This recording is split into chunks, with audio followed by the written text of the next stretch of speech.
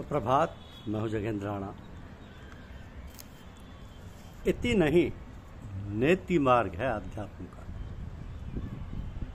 इति नहीं नेति मार्ग है अध्यात्म का। जीवन बड़ा कठिन है, चारों ओर भीषण समस्याएं खड़ी हैं। मनुष्य करे तो क्या करे। पुत्र माता पिता की बात नहीं मानते, मनमानी करते हैं, औलाने आते हैं, उल्टी सीधी बातें सुनने को मिलती हैं माता पिता को। वो करें भी क्या। यदि उन्हें समझाते हैं तो समझते नहीं, ताड़ना करते हैं तो मारने पर उतारू हो जाते हैं। पढ़ने स्कूल या कॉलेज जाते हैं तो वहाँ उपस्थित हो सिनेमा डटकर देखते हैं। विद्यार्थी वर्ग तो आजकल जैसा है किसी से छिपा नहीं। एक विचित्र प्रकार का वातावरण बना हुआ है। अध्यापक गण अपनी मान मर्यादा बचाने के लिए विद्यार्थियों से कुछ भी नहीं कहते और यदि कुछ कहने का साहस करें तो विद्यार्थी उल्टे उन्हें ही धमकाते हैं। तो ऐसा युग चल रहा है कि भले मानस का कहीं कोई ठिकाना नहीं। अधिकारी और उनके सहायक तथा तृतीय व चतुर्थ श्रेणी के कर्मचारी यदि ऊपर का पैसा नहीं देते हैं तो उनका गुजारा कठिन है। एक दूसरे को फूटी आंखों देखना पसंद नहीं। इस प्रकार चारों ओर विभीषिका अपना तांडव नृत्य कर रही। सदाचारी, सत्यभाषी और झूठ न लेने वाले इतने परेशान है कि नौकरी करना कठिन है। उनकी कठिनाइयाँ उन्हीं के मुख से सुनते बनती हैं और वे धन्य हैं जो इतनी यात्रा मिलते हुए भी नौकरी करते हैं। केवल भगवान ही उनका सहारा है।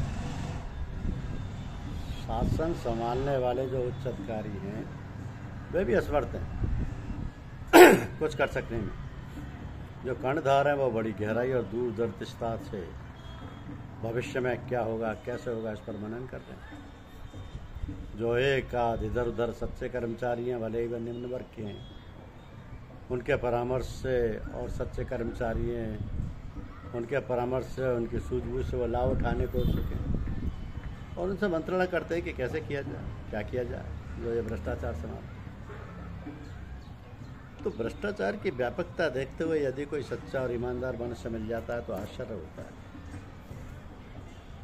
ये कैसे बचा है उन सब बातों से। यदि ऐसा ना हो तो पृथ्वी का भार कैसे उठे। संसार सागर की उर्मियाँ उठती हैं, उनमें भय भी लगता है, कुछ हानि भी होती है, किंतु वो अपने साथ सागर तट से अमूल्य मोती, शंख इत्यादि बहुत सी वस्तुएं छोड़ जाती हैं जिससे अनंत गुणा लाभ भी होता है।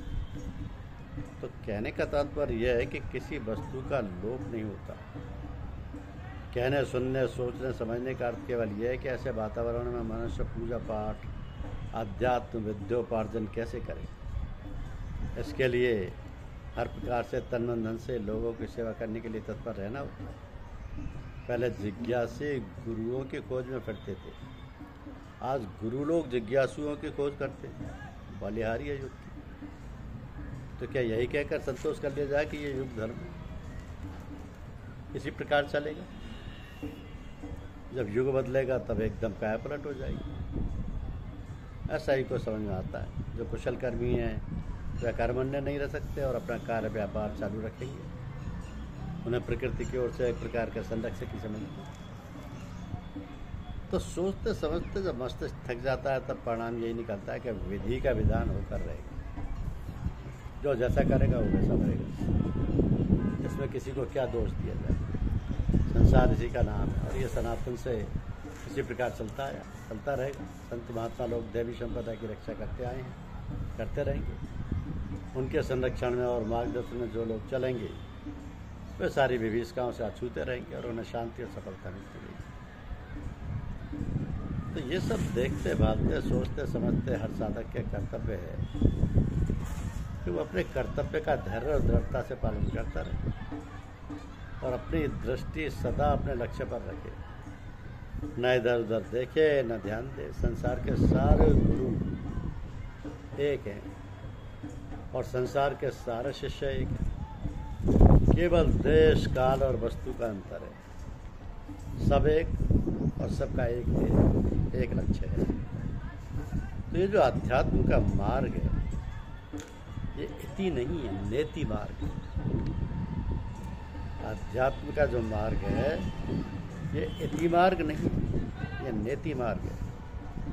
तो कहीं भी ठहराव नहीं है, चलते चलो अनवरत, गिरते पड़ते रोते जीते, किंतु साहस और धैर्य को पकड़े हुए अपने पथ प्रदर्शक का दामन थामे हुए निशंक चले चले इष्ट पद की प्राप्ति कभी न कभी हो ही जाएगी।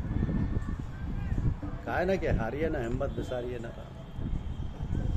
जहाँ भी जाओ, जहाँ भी रहो, जो कुछ भी चखाओ और जो भी बोलो उसमें ऐसी मिठास, ऐसा प्रेम और आकर्षण हो कि जो भी सुने उसके भी कान में भनक पड़े, उसे ऐसा जान पड़े कि मानो कोई अपना निज जन है जिसमें अपनेपन की, प्रेम की अनुभूति हो रही है।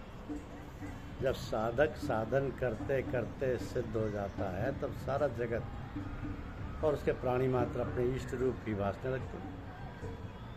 तो जब इष्ट इष्ट दिखाई देता है तब फिर वह किसी से कैसे अपशब्द बोल सकता है और कैसे दुर्व्यवहार कर सकता है। ऐसी दशा में तो वो पुजारी की भांति प्राणी मात्र का आदर सत्कार और श्रद्धापूर्वक व्यवहार करेगा। इसी प्रकार सभी साधक यदि ठीक प्रकार से साधना सच्चे मन से पूर्ण श्रद्धा विश्वास के साथ करें तो उसका पूर्ण रूपेण रूपांतर हो जाएगा। आचार विचार तो बदलेगा ही, सूरत शक्ल भी बदल जाती है, जिससे साधक और इष्ट की पहचान कठिन हो जाती है। अब विचार करना है कि इष्ट क्या है। इष्ट कहते हैं जो हमारी अभीप्सित वस्तु है, जिसको हम प्राप्त करना चाहते हैं, उसमें घुल मिल जाना चाहते हैं। तो इष्ट तो हमारा भगवान ही हो सकता है, कारण कि वो अजर अमर अविनाशी है, घटघटवासी है, उसी ने सारा संसार बनाया और हम उसी के अंश मात्र हैं। तो जो अंश है वो अपने कुल यानी अंशी से मिलना चाहता है, बिना उससे मिले रह भी कैसे सकता है। उसकी व्याकुलता और तड़प मिट नहीं सकती जब तक वह उसे प्राप्त न कर ले। तो बात ठीक है कि हमारा इष्ट, हमारा लक्ष्य परमात्मा है, भगवान है, किंतु हम उसे प्राप्त कैसे करें, उसके पास पहुँचें कैसे, जिसे हमने देखा ही नहीं, समझा ही नहीं, जाना ही नहीं, उसको प्राप्त करने की चेष्टा कैसे करें। उसके लिए तो सीधी सादी बात यह है कि किसी ऐसे व्यक्ति को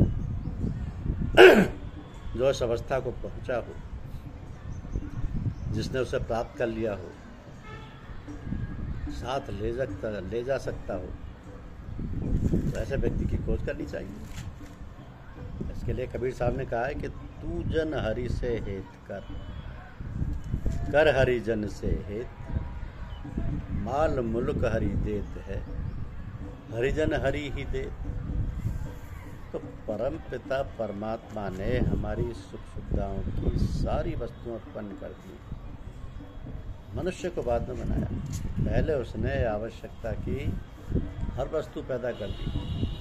वो ऐसा परम दयालु कृपालु है, तो उसके जो परम भक्त और ज्ञानी जन हैं, महात्मा संत सतगुरु हैं, उनका सत्संग करना चाहिए और उनके बतलाए हुए मार्ग पर चलना चाहिए। जो साधन वो बतलाएं उस पर श्रद्धा विश्वास पूर्वक अभ्यास करना चाहिए। जब साधक को सद्गुरु मिल जाते हैं तब उसके सारे मोह और संताप, दुख और कष्ट मिल जाते हैं, उसके चित्त को शांति मिल जाती है और वो सारी दुविधाओं से रहित हो जाता है। तो उसमें विलम्ब नहीं करना चाहिए और दत्त चित्त होकर साधन में जुड़ जाना चाहिए। ये शरीर नश्वर है, न जाने कब छूट जाए। तो जो साधक है उनको चाहिए सांसारिक कार्य में उतना ही लिप्त हों जितने में उनकी जीविका चलती रहे, बाल बच्चों और सारे परिवार का भरण पोषण होता रहे।